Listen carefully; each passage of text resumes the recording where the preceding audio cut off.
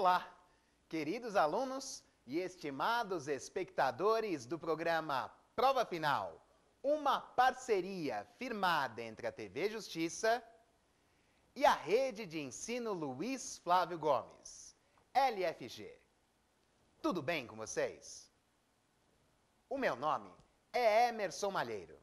Eu sou advogado, doutorando e mestre em Direito e professor de Direito Internacional e Direitos Humanos na Rede de Ensino Luiz Flávio Gomes, LFG. Para aqueles que ainda não conhecem o programa Prova Final, saibam que ele é dividido em 3 blocos. No primeiro bloco, vamos encontrar o tema do dia: a importância da globalização no direito internacional. Vou apresentar para vocês um conceito de globalização, as suas características e a relevância nas relações exteriores. Em seguida, vamos encontrar no segundo bloco o Pergunte ao Professor, em que alunos de todo o Brasil elaborarão questões sobre o tema. Esse é o instante do programa em que vamos aprofundar o assunto, abordando aspectos que não foram cuidados no tema do dia. Por fim, mas não menos importante, vamos encontrar no terceiro e último bloco o X da questão. Perguntas extraídas de concursos públicos serão examinadas com a pertinência e profundidade necessárias para a sua cognição. Esse é o instante do programa em que vamos verificar como os examinadores exigem o tema aqui cuidado. Um programa de hoje como você nunca viu. Vamos agora para o estupendo tema do dia.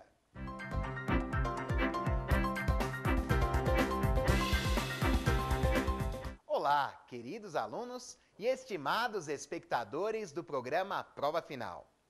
No programa de hoje, eu vou falar para vocês acerca da globalização e a sua importância no direito internacional.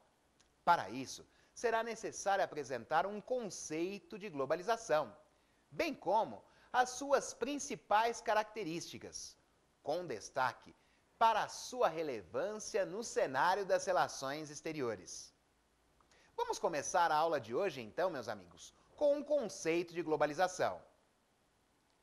A globalização é um processo de integração, por meio do qual se promove uma reciprocidade de relações sociais, econômicas, jurídicas, políticas e culturais nos diversos estados do globo terrestre, em face do desenvolvimento de uma profícua sociedade da informação, que promove uma redução de distâncias espaciais e temporais, com a finalidade de renúncia às providências protecionistas comerciais e, é claro, consequentemente, com uma ruptura de restrições mercadológicas. Observem que estamos diante de um conceito de globalização tão amplo quanto possível, buscando abraçar todas as relações existentes entre os Estados.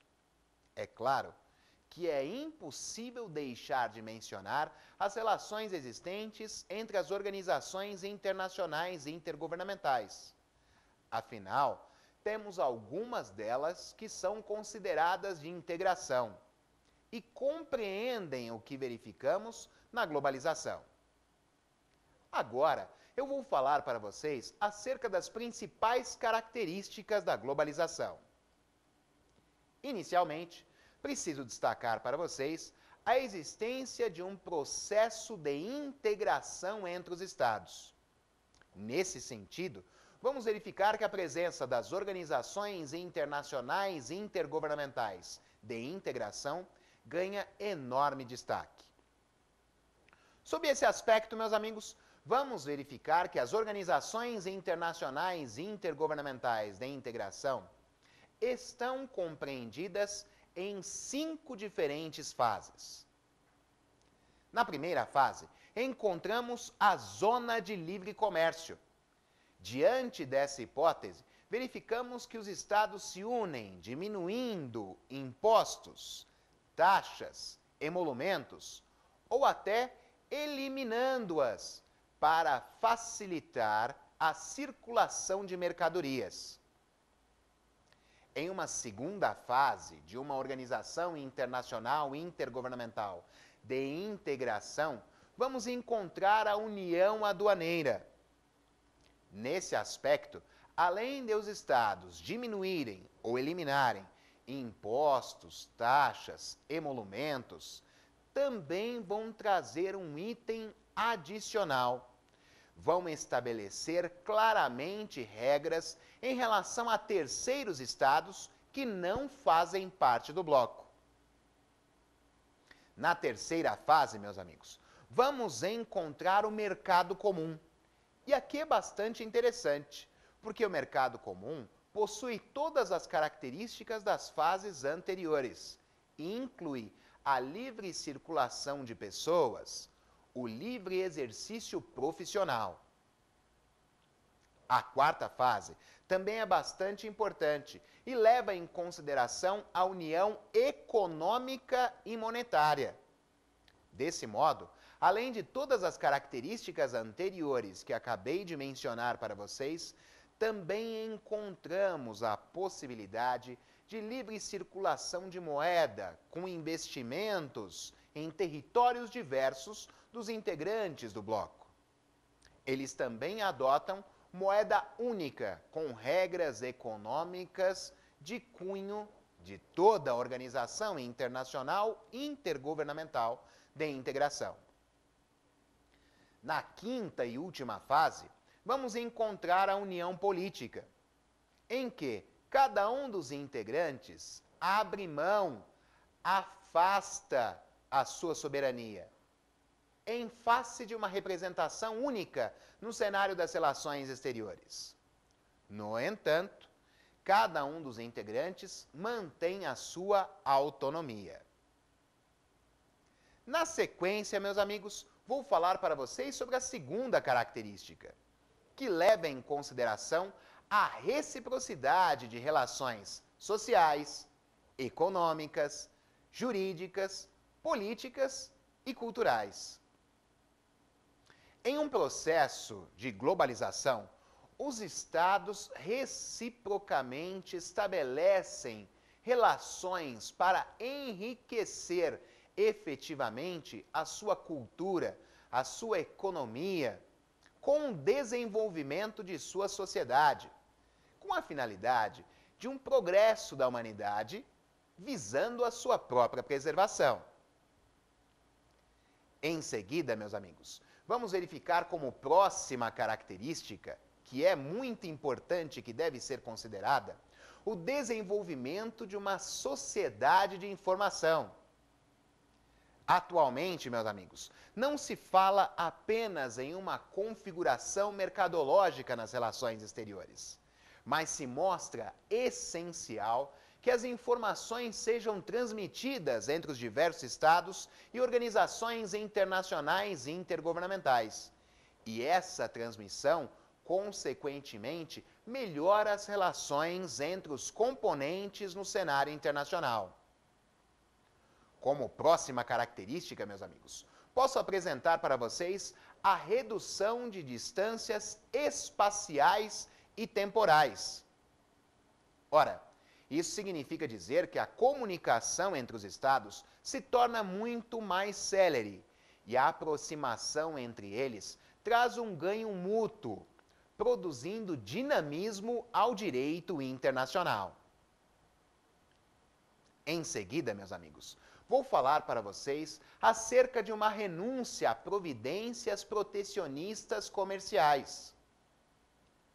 Ora, quando falo para vocês acerca da existência de organizações internacionais intergovernamentais de integração, tais como o Mercosul, a União Europeia, verificamos que os seus integrantes estão efetivamente renunciando a práticas protecionistas comerciais.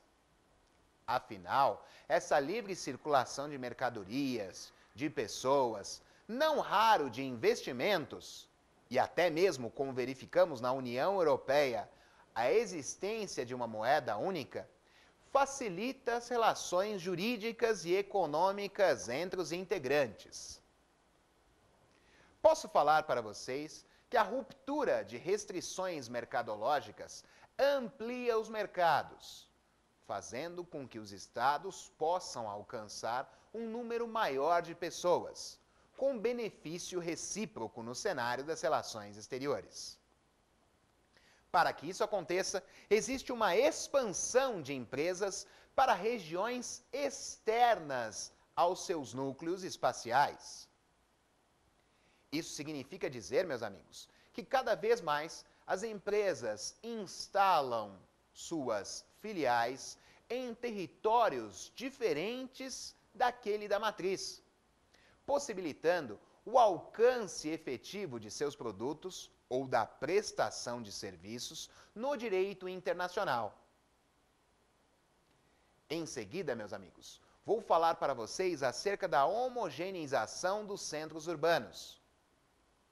Isso significa que, claramente, verificamos diversas pessoas se encontrando em diversos pontos diferentes do globo terrestre, diversos daqueles de sua origem, o que traz efetivamente um convívio pacífico entre diferentes povos. Também existe uma reorganização geopolítica do planeta em blocos regionais. Insisto na configuração das organizações internacionais e intergovernamentais de integração nesse aspecto. Afinal, com a união entre Estados, existe a possibilidade de alcance de diversos mercados nas relações exteriores. Na sequência, mas não menos importante, verificamos a existência da hibridização entre culturas populares locais. Ora, não verificamos a existência de pessoas de diversas regiões do planeta em lugares diversos daqueles de sua origem? Isso possibilita uma troca de informações entre os povos, o que traz um benefício cultural que atinge todo o planeta. Como consequência, verificamos a existência de uma cultura de massa global. Essa cultura de massa global leva em consideração uma série de aspectos dos diversos povos nas relações exteriores. E é importante destacar, meus amigos, que todas essas características são empregadas tanto no direito internacional público, de um lado, como no direito internacional privado, de outro. Assim, entendamos o direito internacional público como ramo do direito internacional, que regula e estuda normas consuetudinárias e convencionais, mediante tratados, convenções, acordos entre nações e cuida dos vínculos entre estados, organizações internacionais e intergovernamentais, pessoas e os demais sujeitos nas relações exteriores. Sabemos, desse modo, meus amigos, que o direito internacional público cuida das relações existentes entre os diversos sujeitos nas relações exteriores. E, sob esse aspecto, utiliza primordialmente dos tratados internacionais para a criação de regras entre esses sujeitos. Mas eu também mencionei para vocês que no direito internacional privado a globalização faz os seus efeitos. Vamos considerar aqui o direito internacional privado, meus amigos, como o ramo do direito internacional que regula e estuda um conjunto de regras que determina a lei e ou jurisdição aplicável às relações particulares exteriores. Assim, poderemos verificar como um item do direito internacional privado, exemplificadamente, a extradição. Imaginem, quando se fala em extradição, certamente os estados envolvidos primordialmente estabelecem a uniformização de suas regras. Ora, essa uniformização de regras para a extradição nada mais é senão um sintoma da globalização no cenário das relações exteriores. Não é diferente também quando falamos em outros fenômenos, tais como a deportação e até mesmo a expulsão. A concessão de asilo político pelos Estados, não raro, obedecem a critérios específicos que levam em consideração as características gerais da globalização que transmiti para vocês. Uma organização internacional atua nas relações exteriores para beneficiar os seus componentes e, é claro, para fazer isso, leva em consideração as regras atinentes à globalização. Ora, meus amigos, se assim não fosse, seria bastante difícil considerarmos a influência da globalização nas atuais fontes de direito internacional público.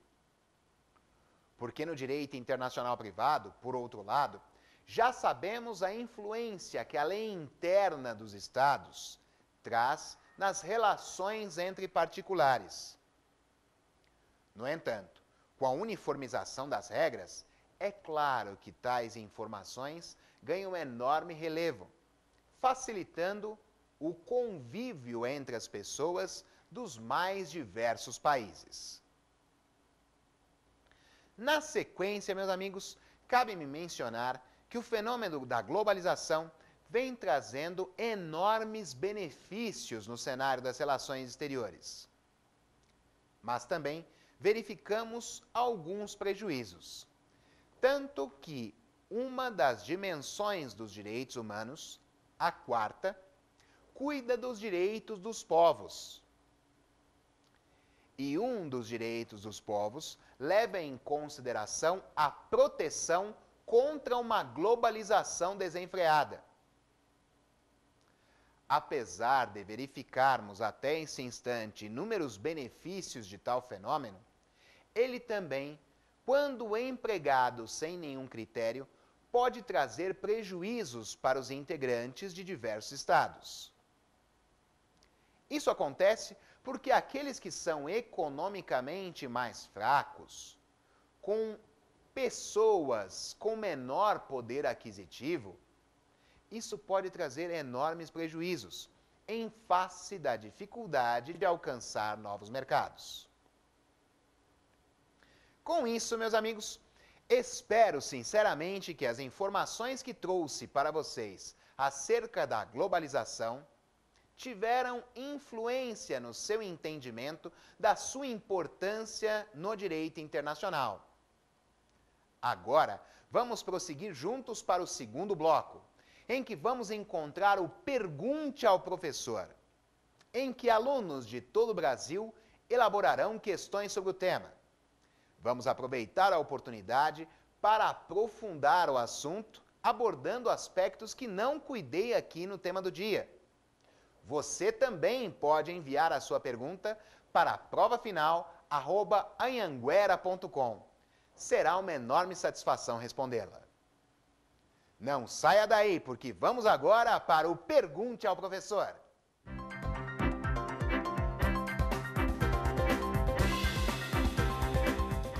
Olá, queridos alunos, estimados amigos. Vamos agora para o Pergunte ao Professor. Lembre-se que você também pode enviar a sua questão para provafinal@anhanguera.com.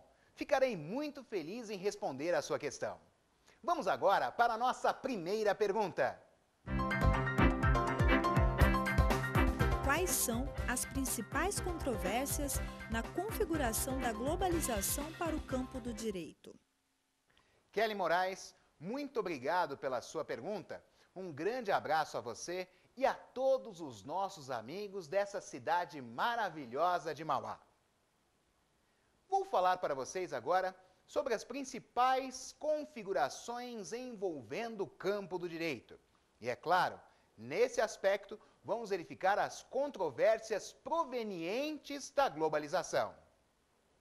Inicialmente, preciso falar para vocês acerca da modificação da sociedade internacional. Sob esse aspecto, muitos elementos trouxeram uma alteração no cenário das relações exteriores. Dentre eles, a própria configuração de Estado. Também é importante mencionar para vocês que outra controvérsia leva em observação a existência de fontes incógnitas de poder. Muitas vezes, não se sabe a proveniência do exercício de poder no cenário das relações exteriores. Isso acontece porque algumas vezes, infelizmente, não se está diante de instituições democráticas, já que cada Estado, em face de sua soberania, realiza a sua opção. Desse modo, a multiplicidade de centros de decisão pode trazer uma configuração dificultosa para o campo do direito. Isso acontece porque fica um pouco mais difícil a consideração envolvendo a criação de regras no cenário das relações exteriores. Isso deve ser levado em consideração em face de uma das características da ordem jurídica internacional, que é a ausência de autoridade superior. Como não existe uma potestade suprema que determine quais são as regras a serem seguidas, essa multiplicidade de centros de decisão muitas vezes traz dificuldades para os sujeitos de direito internacional. Impossível deixar de mencionar que, atualmente, aquela soberania sem limites transmutou-se na necessidade de negociação jurídica entre os componentes do cenário internacional. A questão controvertida aqui leva em consideração aquela qualidade que caracteriza o poder político supremo de um Estado, como a afirmação de sua personalidade independente, autoridade plena e governo próprio, dentro do território nacional e também em suas relações exteriores. Não menos importante é mencionar para vocês a existência de uma descoberta de novos mercados consumidores. Sim, porque agora os estados não se restringem exclusivamente aos seus respectivos territórios, mas buscam alcançar mercados em território alienígena, ou seja, no território de outros estados. Isso algumas vezes traz como consequência a existência de uma concorrência desleal. Já entrando no âmbito do direito empresarial, não raro se fala na prática de dumping no cenário das relações exteriores por alguns estados. Sem mencionar especificamente o estado A ou o estado B, posso dizer para vocês categoricamente que a prática de dumping é lesiva no direito internacional. Isso acontece quando um Estado diminui o valor de sua mercadoria a valores menores do que aquele praticado em seu custo. O intuito é alcançar novos mercados consumidores e, depois de conquistado o mercado, o valor é devidamente majorado. Observem, meus amigos, que essas controvérsias podem trazer como consequência severos prejuízos nas relações exteriores. É certo que a globalização traz vantagens, mas também, na outra face da moeda, apresenta algumas desvantagens que devem ser combatidas. Vamos agora para a nossa segunda pergunta. Qual a importância dos tratados internacionais para o fenômeno da globalização? Lucas Souza, inicialmente envio um grande abraço a você e a todos os nossos amigos dessa cidade estupenda que é Ouro Preto, em Minas Gerais. Muito obrigado pela sua pergunta. Inicialmente, para respondê-la, preciso falar acerca dos tratados internacionais. O que são eles?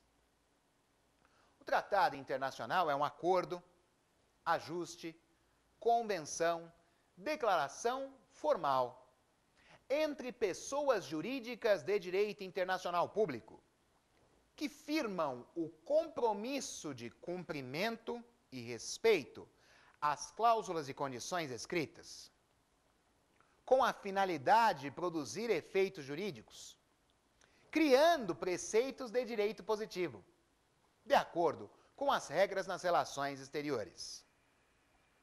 Os tratados internacionais vêm se mostrando extremamente relevantes diante do fenômeno da globalização.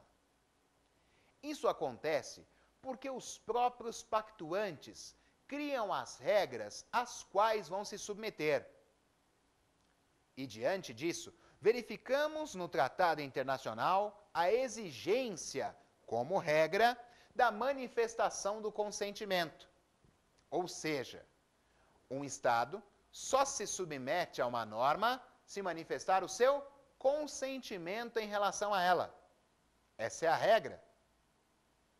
Em outras palavras, o Estado deve concordar com a norma para que então possa se submeter a ela. Se não existe essa concordância, a regra geral é que o Estado não vai se submeter à norma jurídica que foi criada.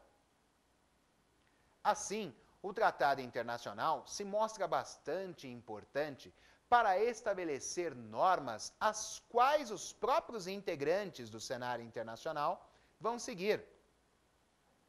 Não raro, eles podem uniformizar, por meio do tratado internacional, as suas regras internas em relação a determinado fenômeno jurídico. Isso traz uma enorme facilidade de relação jurídica, econômica e social entre os Estados, produzindo efeitos benéficos no cenário das relações exteriores. Vamos agora, meus amigos, caminhar juntos para a nossa terceira pergunta. Qual a configuração de Estado como sujeito de direito internacional público perante o fenômeno jurídico da globalização? Natália Dias, um grande abraço a você e a todos os nossos amigos de Porto de Galinhas, em Pernambuco. Lugar estupendo. Muito obrigado pelo envio da sua pergunta. Vou dizer para vocês que a configuração de Estado ou de IRNA diante do fenômeno da globalização leva em consideração uma série de aspectos que, ainda assim, detêm como base os Tratados de Westfália, de 1648. Desse modo, apesar de a globalização ser um fenômeno recente, se baseia em elementos tradicionais para a configuração de Estado. É óbvio, meus amigos, que estou falando para vocês sobre elementos mínimos para que os Estados possam celebrar tratados e convenções internacionais. Verificamos, então, a existência de elementos objetivos e elemento subjetivo. Os elementos objetivos são a existência de um território bem definido, aquele em que não há controvérsia sobre a integralidade de sua existência. A existência de um povo.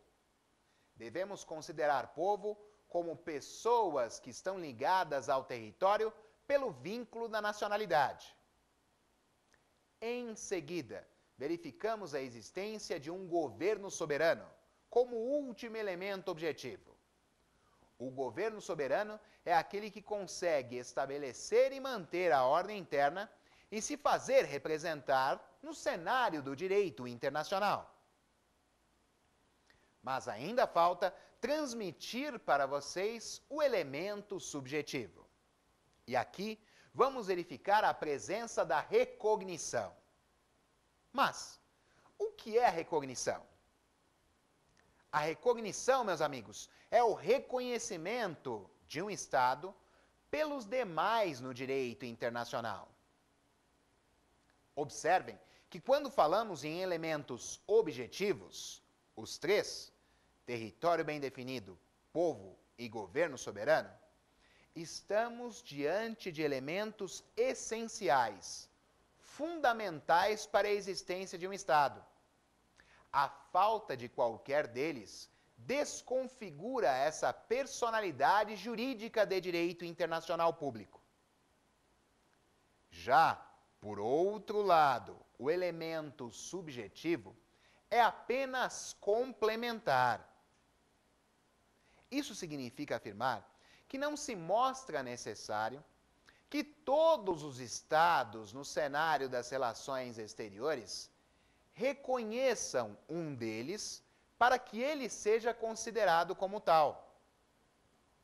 Porém, aqueles estados que realizarem o reconhecimento terão a possibilidade de celebrar tratados internacionais, manifestando categoricamente a prática do fenômeno da globalização, já que o tratado internacional se mostra como um dos principais, se não o principal instrumento para o seu aperfeiçoamento. Vamos agora, meus amigos, para a nossa quarta questão. Quais são os mecanismos de solução de controvérsias aplicados em um direito internacional globalizado? Júlio César, um grande abraço a você e a todos os nossos amigos de Fortaleza, Ceará. Precisamos verificar atentamente os mecanismos de solução de controvérsias aplicados diante do fenômeno da globalização. No direito internacional, vamos verificar a presença de mecanismos diplomáticos, políticos, jurisdicionais e coercitivos. Como mecanismos diplomáticos de solução de controvérsias, meus amigos, inicialmente, vamos encontrar a negociação direta, em que os próprios estados decidem se encontrar para colocar fim à contenda, ao confronto existente entre eles. Em seguida, posso apresentar para vocês um item muito importante, que leva em consideração o sistema de consultas. Primordialmente, antes de qualquer confronto entre os estados, eles estabelecem, por meio de tratado internacional, encontros periódicos para a solução de eventuais conflitos que possam surgir.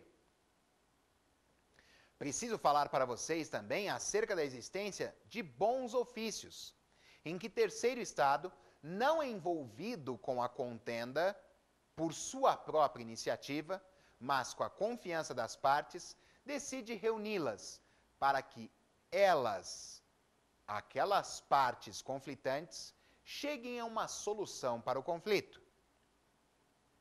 Vou mencionar para vocês também a existência de uma mediação, em que terceiro estado, que goza da confiança das partes, não apenas aproxima-as, mas sugere uma solução para o confronto. A conciliação também se mostra bastante importante como um mecanismo diplomático de solução de controvérsias. Não raro, os estados em conflito escolhem pelo menos 3 árbitros. Como regra, se forem 2 os confrontantes, cada um deles escolhe um árbitro e os 2 conjuntamente escolherão um terceiro. E então, dessa conciliação, em que os conciliadores conhecem da controvérsia e da natureza jurídica das partes, sugerirão uma solução para o conflito. É importante destacar que tanto na mediação quanto na conciliação, aqueles que se encontram em conflito não se mostram obrigados a seguirem as sugestões concedidas. Por último, mas não menos importante, temos o inquérito, que na verdade é um mecanismo indireto de solução de controvérsias, já que, de forma categórica, cuida-se de um instrumento com informações acerca do conflito, das partes, dos motivos para o confronto. E esse instrumento poderá ser utilizado em qualquer dos mecanismos de solução de controvérsias no cenário das relações exteriores. Verificados os mecanismos diplomáticos, é necessário mencionar a existência de mecanismos políticos. E aqui vamos analisar detidamente a utilização de uma organização internacional intergovernamental, cumprindo um papel específico para colocar solução a um confronto. Sempre que uma organização internacional intergovernamental atuar, não importa qual seja a sua conduta, estamos diante de um mecanismo político. Os mecanismos jurisdicionais de solução de controvérsias também ganham relevo em um cenário globalizado. Vamos verificar a existência da arbitragem internacional pública. Aqui, cada um dos contendores escolherá árbitro ou árbitros, mas sempre em número ímpar, e vão submeter a controvérsia a esses árbitros. Eles, então, vão decidir, colocando fim à contenda. Destaco para vocês que, nessa hipótese, os contendores serão obrigados a seguirem as decisões ou a decisão proveniente dos árbitros. Temos também a solução judicial, em que a controvérsia é submetida a um tribunal internacional com juízes togados, que vão decidir o caso. E aqueles contendores estarão obrigados a seguir as decisões. O último mecanismo de solução de controvérsias que vou apresentar para vocês são aqueles coercitivos. Verificamos aqui a existência das represálias, da retorção, da expulsão de organização internacional e intergovernamental e até mesmo a ruptura de relações diplomáticas. Diante de um direito internacional globalizado, os mecanismos de solução de controvérsias ganham enorme importância e são largamente empregados nas relações exteriores. Vamos agora, meus amigos, para a nossa quinta e última pergunta. Quais são as fontes de direito internacional público aplicadas à globalização? Mário Martins, muito obrigado pela sua pergunta. Um grande abraço a você e a todos os nossos amigos de Natal, no Rio Grande do Norte. É muito importante mencionarmos a questão envolvendo as fontes de direito internacional público diante do fenômeno da globalização.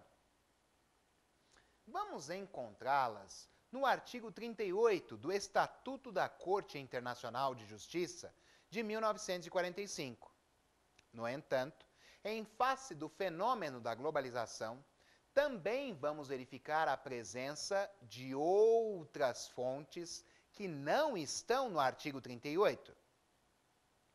Comecemos inicialmente com aquelas que se encontram presentes no Tratado Internacional, qual seja o Estatuto da Corte Internacional de Justiça.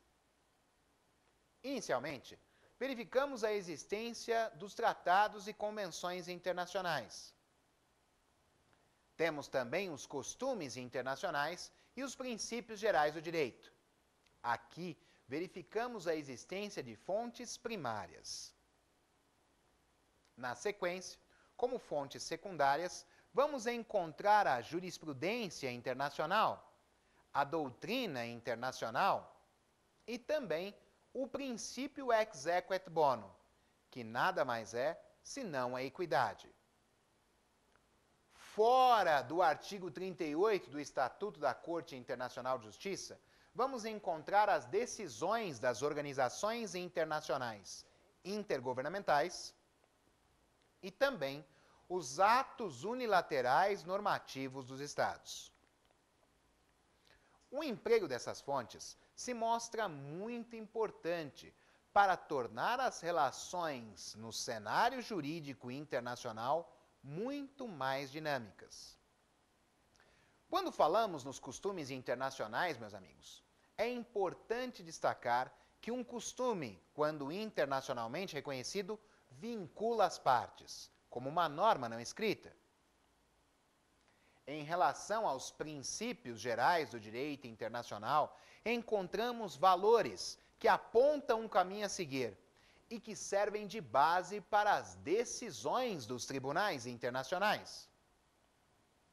A jurisprudência internacional é formada pelas decisões reiteradas dos tribunais internacionais sobre um determinado assunto em um dado sentido.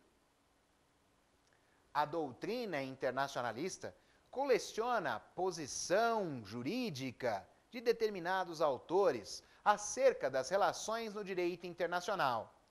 Isso inclui pareceres específicos, ainda que direcionados às relações jurídicas de determinados estados. A equidade, que nada mais é senão o princípio ex equit bono, se mostra como um exato ponto de equilíbrio entre duas ou mais partes conflitantes.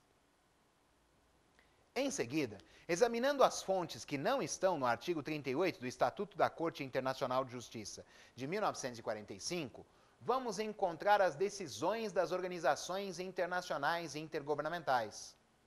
Não raro, verificamos a sua natureza jurídica de uma recomendação, o que significa dizer que a violação dessas decisões não traz como consequência a aplicação de sanções internacionais.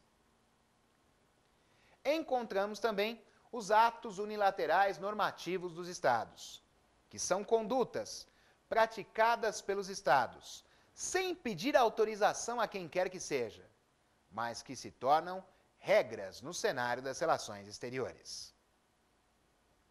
Espero que as minhas respostas às perguntas nesse bloco tenham sido úteis para melhorar a sua cognição acerca desse tão importante tema.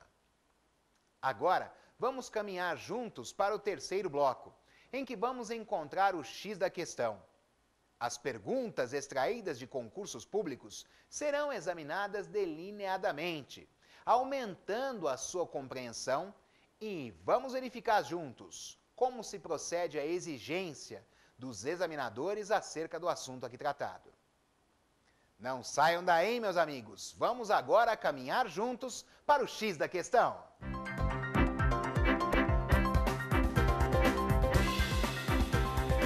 Estamos juntos agora no X da questão. Vamos verificar perguntas extraídas de concursos públicos.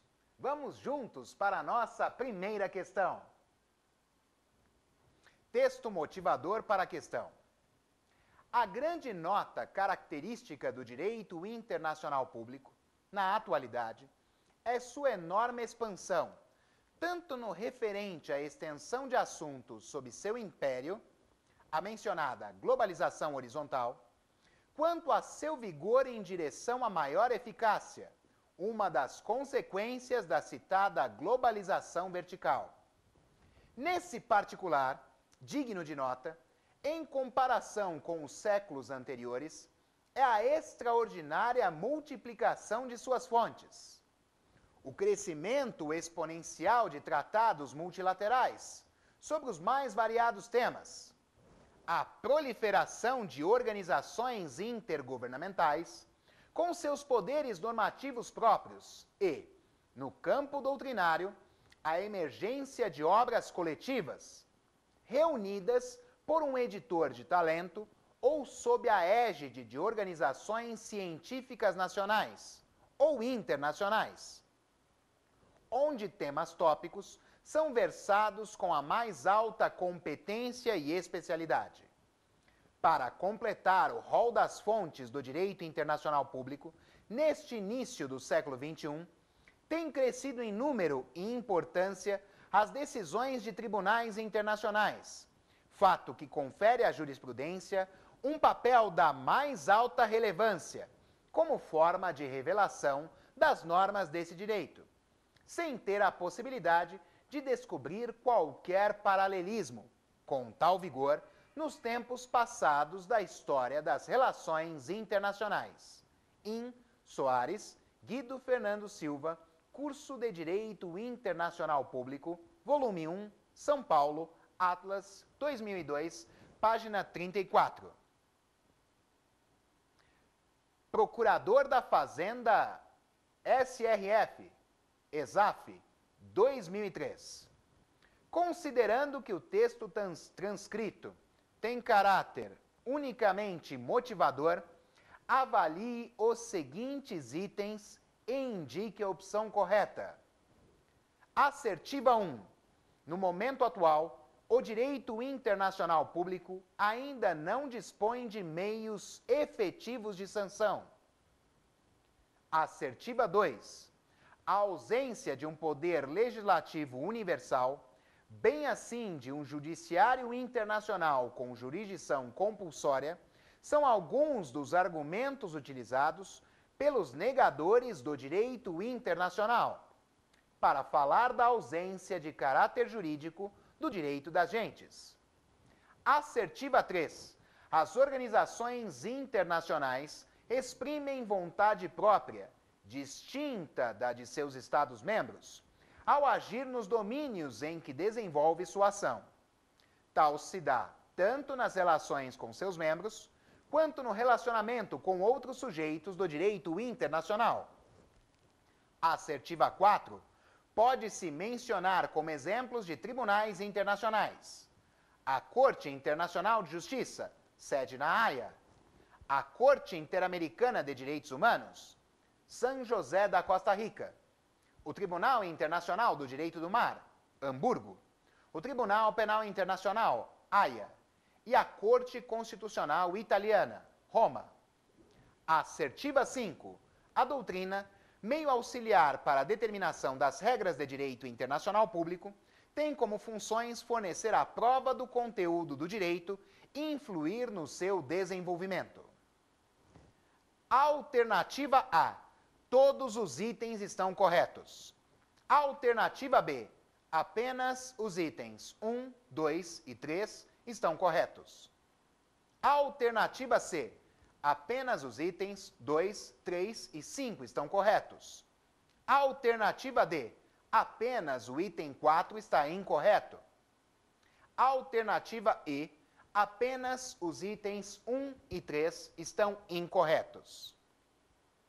Meus amigos, diante dessa hipótese, o examinador transmitiu um texto motivador, um enunciado e 5 assertivas. Dentre elas, devemos verificar qual ou quais estão corretas, para então, ao final, indicar a alternativa certa. Desse modo, vamos analisar cada uma das assertivas. Primeiro, a assertiva número 1. No momento atual, o direito internacional público ainda não dispõe de meios efetivos de sanção. A assertiva 1, meus amigos, está errada e não deve ser considerada. Durante a aula, verificamos a existência de mecanismos coercitivos de solução de controvérsias, não é verdade? Que são verdadeiras sanções no cenário das relações exteriores. Assim, tal assertiva não deve ser considerada em sua resposta. Analisemos a assertiva 2. A ausência de um poder legislativo universal, bem assim de um judiciário internacional com jurisdição compulsória, são alguns dos argumentos utilizados pelos negadores do direito internacional para falar da ausência de caráter jurídico do direito das gentes. A assertiva 2 está plenamente correta e deve ser considerada em sua resposta. Vamos verificar a assertiva 3. As organizações internacionais exprimem vontade própria, distinta da de seus Estados-membros, ao agir nos domínios em que desenvolve sua ação.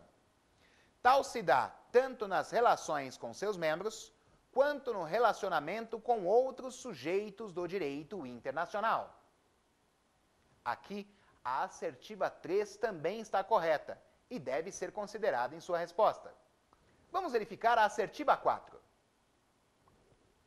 Pode-se mencionar como exemplos de tribunais internacionais a Corte Internacional de Justiça, sede na Haia; a Corte Interamericana de Direitos Humanos, São José da Costa Rica; o Tribunal Internacional do Direito do Mar, Hamburgo; o Tribunal Penal Internacional, Haia; e a Corte Constitucional Italiana, Roma.